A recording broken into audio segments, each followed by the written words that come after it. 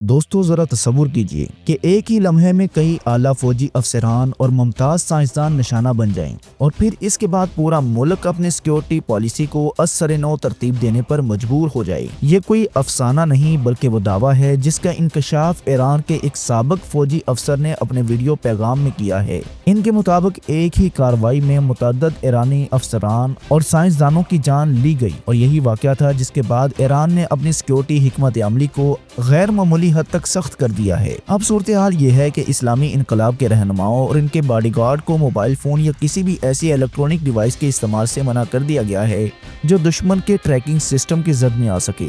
یہ اقدام اس خدشے کے پیش نظر اٹھایا گیا ہے کہ جدید ٹیکنالوجی کے ذریعے لوکیشن ٹریس کر کے کسی بھی اعلیٰ شخصیت کو نشانہ بنایا جا سکتا ہے۔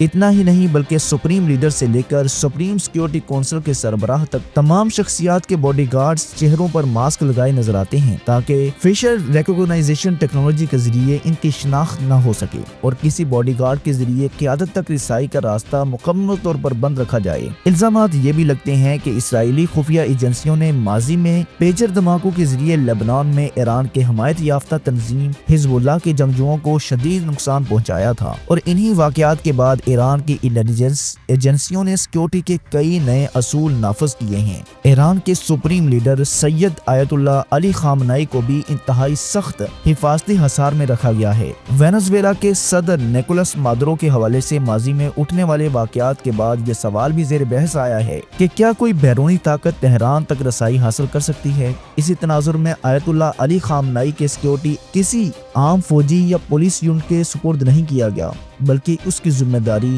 سپاہ ولی امر فورس کے پاس ہے۔ یہ یونٹ ایران کی اسلامی انقلابی گارڈ کور یعنی IRGC کی سب سے خاص اور انتہائی خفیہ اکائیوں میں شمار کی جاتی ہے۔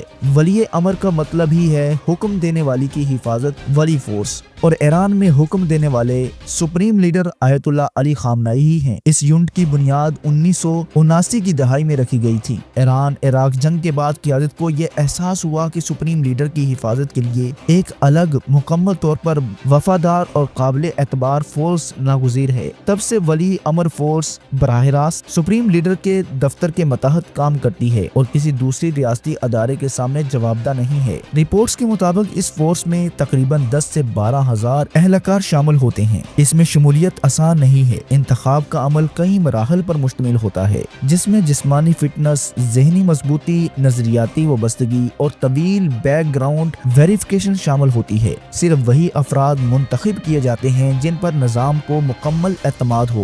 ولی امر فورس کی سب سے بڑی طاقت اس کی رازداری ہے۔ اس کے آپریشنز، تعیناتیوں اور اندرونی ڈھانچے کی تفصیلات عام نہیں کی جاتی۔ یہی وجہ ہے کہ بیرونی دنیا کے پاس اس کے بارے میں محدود اور غیر مصدقہ معلومات ہی موجود ہیں اور یہی خفیہ پن کسی بھی ممکنہ خطرے کو کمزور بنا دیتا ہے۔ اسی دوران ایران نے 1979 کے اسلامی انقلاب کی 27ویں سالگرہ یعنی 22 بہمن کو غیر معمولی قومی یکجہتی اور عسکری طاقت کے مظاہرے میں تبدیل کر دیا ہے۔ ملک بھر کے سینکڑوں علاقوں میں عوامی ریلیاں نکلی ہیں اور تہران کے تاریخی آزادی اسکوائر پر طویل فاصلے تک مار کرنے والے بیلسٹک میزائلوں کی نمائش واضح پیغام دیا ہے کہ ایران بین الاقوامی دباؤ اور امریکی پابندیوں کے سامنے جھکنے کو تیار نہیں ہے۔ ان تقریبات کے بعد سپریم لیڈر آیت اللہ سید علی خامنائی نے قوم سے خطاب کرتے ہوئے اسے شاندار کامیابی اقرار دیا ہے اور کہا ہے کہ سڑکوں پر نکلنے والے لاکھوں افراد نے دنیا کو دکھا دیا ہے کہ ایرانی قوم اپنی آزادی اور وقار کے دفاع کے لیے اسلامی جمہوریہ کے ساتھ مضبوطی سے کھڑی ہے۔ انہوں نے دشمنوں کو مخاطب کرتے ہوئے کہا کہ یہ عظیم عوامی اجتماع ان قوتوں کی امیدوں پر پانی پھیر دیتا ہے جو بیان بازی اور سازشوں کے ذریعے ایرانی قوم کو جھکانے کا خواب دیکھتی ہیں۔ انہوں نے زور دیا کہ قومی یکجہتی ایران کی سب سے بڑی طاقت ہے جو کسی بھی عسکری ہتھیار سے زیادہ مؤثر ہے۔ یہ تقریب محض جشن نہیں بلکہ ایک اسٹریٹجک پاور شو تھا۔ تہران کی سڑکوں پر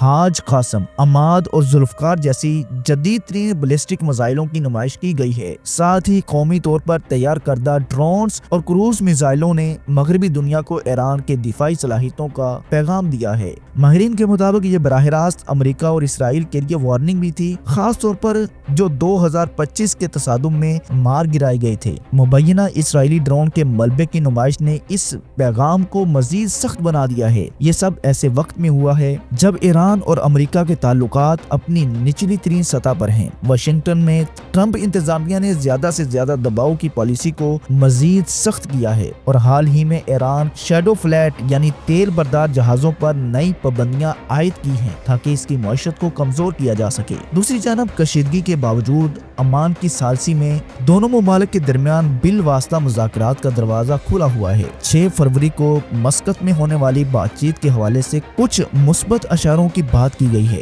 مگر زمینی صورتحال مختلف دکھائی دیتی ہے۔ امریکہ نے قطر کے العدید انٹرنیشنل ایئر بیس پر اپنی عسکری موجودگی بڑھا دی ہے اور خلیج میں اپنے طیارہ بردار جہاز تعینات کر دیے ہیں۔ ایران کے صدر مسعود پزشکیان نے اس پر رد عمل دیتے ہوئے کہا کہ ایران جنگ نہیں چاہتا لیکن اپنی خود مختاری پر کوئی سمجھوتا نہیں کرے گا اور امریکی پابندیوں کو معاشی دہشت گردی قرار دیا جائے گا۔ اسلامی انقلاب کی 47ویں سالگرہ پر امڑنے والا یہ مجمع صرف داخلی حمایت کی علامت نہیں بلکہ ایک واضح جیو پولیٹیکل پیغام بھی ہے کہ ایران خطے میں تنہا نہیں اور اس کی عوام بیرونی مداخلت کے خلاف بالکل متحد ہیں۔ ایران میں ممکنہ اور اسرائیل کے خلاف بننے والا ماحول اور سپریم لیڈر آیت اللہ خامنائی کے حق میں سڑکوں پر نکلنے والے لوگوں کا جوش اس بات کی نشاندہی کرتا ہے کہ عوام کو آنے والے ممکنہ تصادم کا اندازہ ہے۔ موجود ویڈیوز اور ماہرین سے گفتگو سے یہی متاثر ملتا ہے کہ ایرانی عوام ذہنی طور پر کسی بڑی آزمائش کے لیے تیار دکھائی دیتے ہیں اور ان کا جذبہ یہ بتا رہا ہے کہ اگر کوئی جنگ مسلط کی گئی تو وہ اسے اپنی بقا